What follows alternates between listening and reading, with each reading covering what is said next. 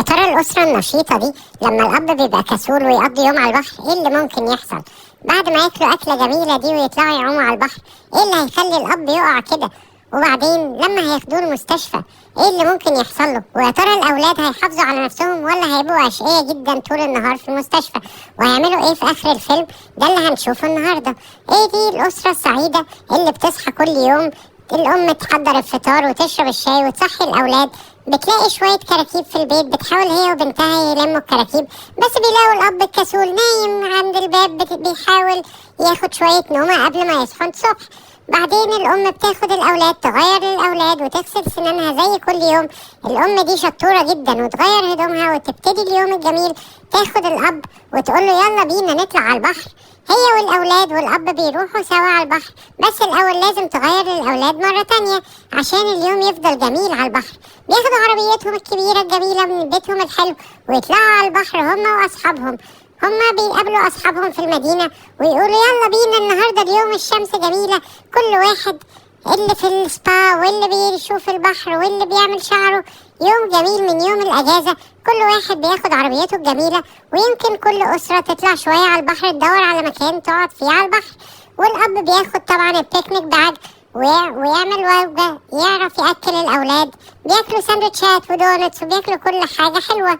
اليوم جميل جدا ومقضيين يوم حلو قوي على البحر. بس يا ترى اليوم هيفضل جميل زي ما هو؟ هنشوف ده. بس العيلة تنزل المية شوية، تعوم شوية في المية، تبقى حاجة جميلة جدا. يلا بينا نتدلع شوية وننام شوية على البحر، الشمس جميلة قوي. يلا بينا نقعد شوية في الضلة لحسن الشمس ممكن تحرقنا. ايه تاني ممكن نعمله؟ ايه رأيكم ناخد كافيه؟ انا بحب السموذي الفراولة جدا. انتي بتحبي ايه؟ انا بحب عصير الجوافة. طب يلا نعمل شوية عصير من البلندر ده. انا هاخد السموذي بتاعي ويلا نروح للأب نشوف مين هياخد ايه تاني. الأم جابت لنفسها عصير وجابت لبنتها، بس الأب ما كانش عايز يشرب حاجة، هو كان عايز يمدد بس برضه شرب العصير عشان الجو شمس جدا. وبعدين لموا الزبالة زي عشان هم شطار وقالوا يلا ناخد المركب بتاعتنا ونطلع شوية في وسط البحر. هم هياخدوا المركب، بس الأب بيقول لهم الجو شمس قوي محتاج شمسية. قالوا لا مش لازم شمسية، يلا بينا نطلع على البحر ونتبسط كلنا. أخدوا المركب الكبيرة بتاعتهم وطلعوا في وسط البحر عشان يشوفوا المية من وسط البحر. يمكن نعرف نمدد شوية على البحر أو نجيب أي حاجة. الأب لعب معاهم شوية استغماية وهم طلعوا شوية تاني على البحر.